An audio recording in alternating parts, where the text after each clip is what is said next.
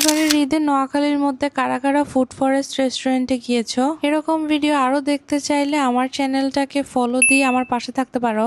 নোয়াখালীর পিৎজা বারকে নাকি অনেক ভিড় হয়েছে এবার। আমি এবার ভিড়ের মধ্যে খুব একটা খাওয়া দাওয়া ঘোরাঘুরি করতে পারি না, যেহেতু নোয়াখালীতে পিৎজা বার নতুন এসেছে, সবার মধ্যে একটা হাইপ থাকবে, এটাই খুব স্বাভাবিক। কিন্তু এরকম স্পেশাল দিনগুলোতে food forest, food fiesta, sky view রেস্টুরেন্টে ভিড় একেবারেই হওয়ার কথা না। মাঝখানে অনেক মাস আমি এই ফুড ফরেস্ট রেস্টুরেন্টটাতে আসিনি। চৌমুহনী থেকে এটা যেহেতু মাইজদির রুটে না, যার কারণে এখানে আসা হয় না। মাইজদিতে কেন যাওয়া হয়? ধরো আমরা স্কাই ভিউ রেস্টুরেন্টে খাওয়ার জন্য গিয়েছি, আর সেখানে আমার আধা ঘন্টারও বেশি দাঁড়িয়ে থাকতে হয়েছে। ওই সময় আমি কিন্তু ডিসিশনটা চেঞ্জ করে চেন্নাই এক্সপ্রেসও যেতে পারবো। আমি বোঝাতে চেয়েছি আশেপাশে রেস্টুরেন্টের কিন্তু অভাব নেই, কিন্তু ধরো একবার ফুড ফরেস্টে টিকিট কেটে ভিতরে ঢুকলাম আর ভিতরে খাওয়ার জায়গায় পেলাম না, তাহলে কিন্তু আমার ব্যাক করে অনেক দূরেই যেতে হবে। এসব কথা মাথায় রেখে ফুড ফরেস্টে তেমন একটা যাওয়া হয় না। কিন্তু এবারে ঈদে ওদের ফুড ফরেস্টে গিয়ে যে ডেকোরেশন দেখেছি, আমার কাছে তো অ্যাকচুয়ালি ঈদ ফিল হচ্ছিল। আমার মনে হয়েছে ঈদে এরকম নোয়াখালীতে আরো অনেক প্লেসেস দরকার। অনেস্টলি স্পিকিং আমি